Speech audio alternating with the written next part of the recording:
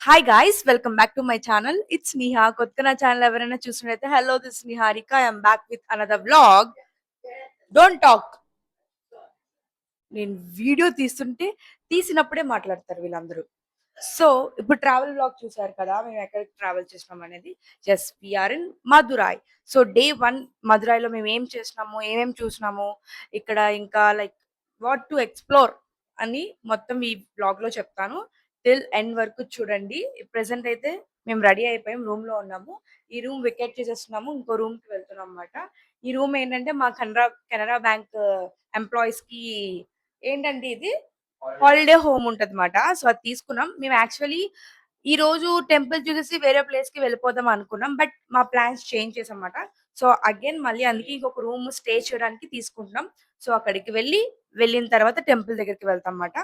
So let's continue this vlog. Let's go. ఇంతకి నా outfit ఎలాగుందో నాకు కామెంట్ సెక్షన్‌లో చెప్పండి. చాలా చాలా ఇష్టపడి కుట్టించుకున్నాను. ఇష్టపడి మెటీరియల్ తీసుకున్నాను. మీనాక్షి అమ్మవారి టెంపుల్‌కి గ్రీన్ కలరే వేసుకోవాలి అని చెప్పి. సో, స్టిచ్చింగ్ అవుట్‌ఫిట్ ఎక్కడ తీసుకున్నాను ఏంటని నా ఇన్‌స్టాగ్రామ్‌లో పెట్టాను. తప్పకుండా ఎళ్లి చెకౌట్ చేయండి. సో, మేమైతే మాకు ప్లాన్ లేదన్నమాట. ఫస్ట్ డే జస్ట్ మదురైలో స్టే చేసి అక్కడి నుంచి రామేశ్వరం వెళ్ళిపోయి అక్కడే ఉందాము. అక్కడ ఏమున్నాయో చూద్దాము అనుకున్నాం. కానీ రామేశ్వరం కన్నా మదురైకి దగ్గరలోనే చాలా ప్లేసెస్ ఉన్నాయి తిరగడానికి అని మా తమ్ముడు చెప్పాడు. సో, ఇంకా అప్పటికప్పుడు ఏం చేస్తాము అని రూమ్ ఒక రోజుకే బుక్ చేసామని చెప్పేసి, ఆ ఒక్క రోజే ఉండి నైట్ స్టే చేసి, మార్నింగ్ మళ్ళీ వెకేట్ చేసి ఇంకో రూమ్‌కి వెళ్ళిపోయామన్నమాట. కానీ మాకు దర్శనానికి చాలా టైం ఉంది. మేము లైక్ వీఐపీ లెటర్ తీసుకున్నాం. మాకు తెలిసిన వాళ్ళు ఉన్నారు. వాళ్ళు మాకు లెటర్ ఇచ్చారు. వాళ్ళు 9:30కి ఇచ్చారన్నమాట. కానీ మేము 5:00కే లేచి అంతా రెడీ అయిపోయాం కదా! ఇట్స్ లైక్ మార్నింగ్ 7:30 ఎంతో అయింది. సరే టిఫిన్ చేసేసి మనం టెంపుల్‌కి వెళ్దాం అని చెప్పి ఫస్ట్ టిఫిన్ చేయడానికైతే వెళ్ళిపోయాం. అక్కడ లైక్ నాకైతే చెన్నై ఫుడ్ అంతా బానే పడతది. లైక్ మన తెలుగు, ఆంధ్ర స్టైల్ లానే ఉంటది. కానీ మీరెప్పుడైనా ఏదైనా ప్లేసెస్‌కెళ్తే వాళ్ళు ఫుడ్ ట్రై చేయడానికి, తినడానికి ట్రై చేయండి. అది చాలా బావుంటది. చెన్నై సైడ్, తమిళనాడు సైడ్ ఉప్మా అని ఆళ్ళకి చాలా తక్కువ తెలుసు. పొంగల్ అనేది ఎక్కువ యూజ్ చేస్తారు. అది టేస్ట్ చేయండి. చాలా అంటే చాలా బావుంటది.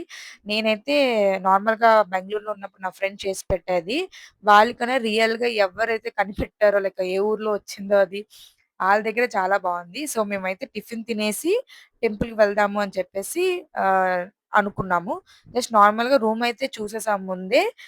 చాలా చిన్న రూమ్ తీసుకున్నాము. చాలా కంగారు పడిపోయి తీసేసుకున్నానన్నమాట. But okay. బట్ ఎందుకంటే టైం లేదు.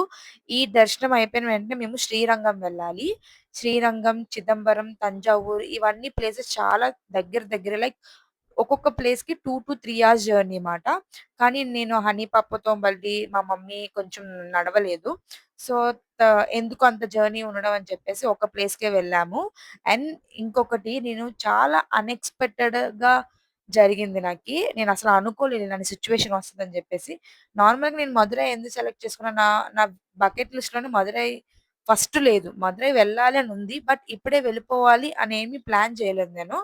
నేనైతే రామేశ్వరం వెళ్దామని ప్లాన్ చేశాను. ఎందుకంటే 12 జ్యోతిర్లింగాస్ కంప్లీట్ చేస్తున్నాను గాబట్టి, నెక్స్ట్ జ్యోతిర్లింగ రామేశ్వరం చూద్దాం అని అనుకున్నాం. బట్ మేము మోస్ట్‌లీ ఫ్లైట్‌కి ట్రావెల్ చేస్తాం గాబట్టి రామేశ్వరానికి ఫ్లైట్ లేదు. లేకపోయేసరికి దాని నియరెస్ట్ ఎయిర్‌పోర్ట్ ఏముంది అని చెప్పేసి చూసాము. మదురై ఎయిర్‌పోర్ట్ ఉంది. సరే ఇంక మదురై గూడా అనుకుంటున్నాం గదా! అది గూడా బకెట్ లిస్ట్‌లో ఉంది కదా! సరే చూసేద్దాం అని చెప్పి మదురై సెలెక్ట్ చేసుకున్నామన్నమాట.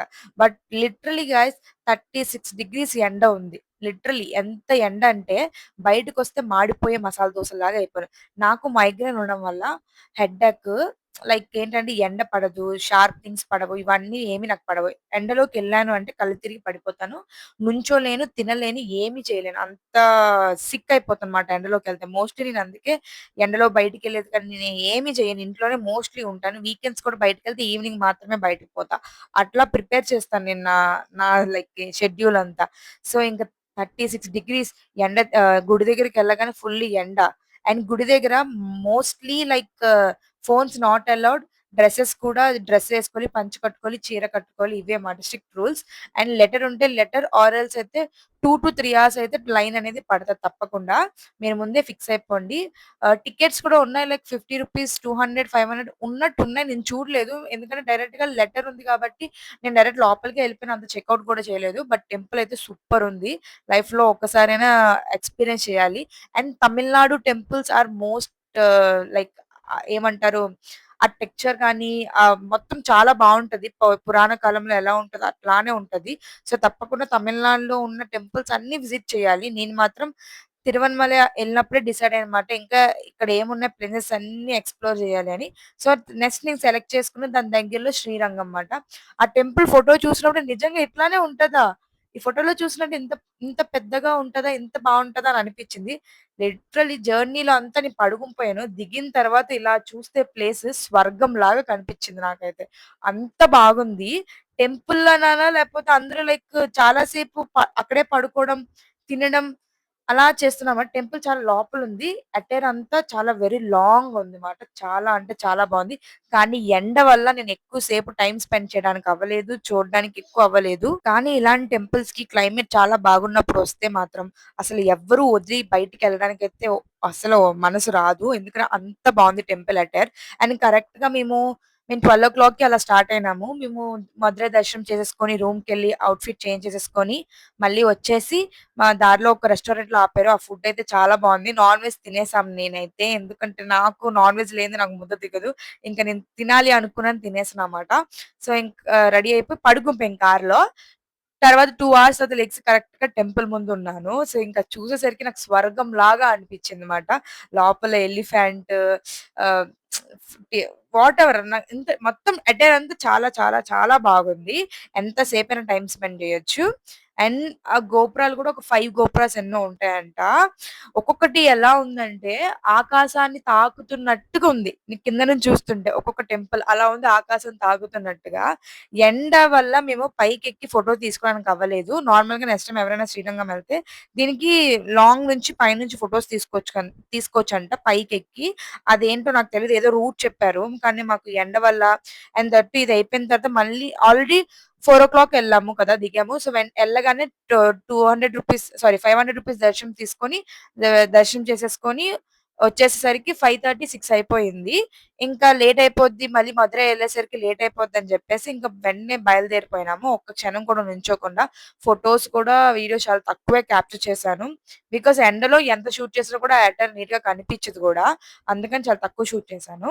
సో, డే 1లో మేము మధురై, శ్రీరంగం అనేది కవర్ చేశాను నేను. టెంపుల్ అయితే చాలా బాగున్నాయి.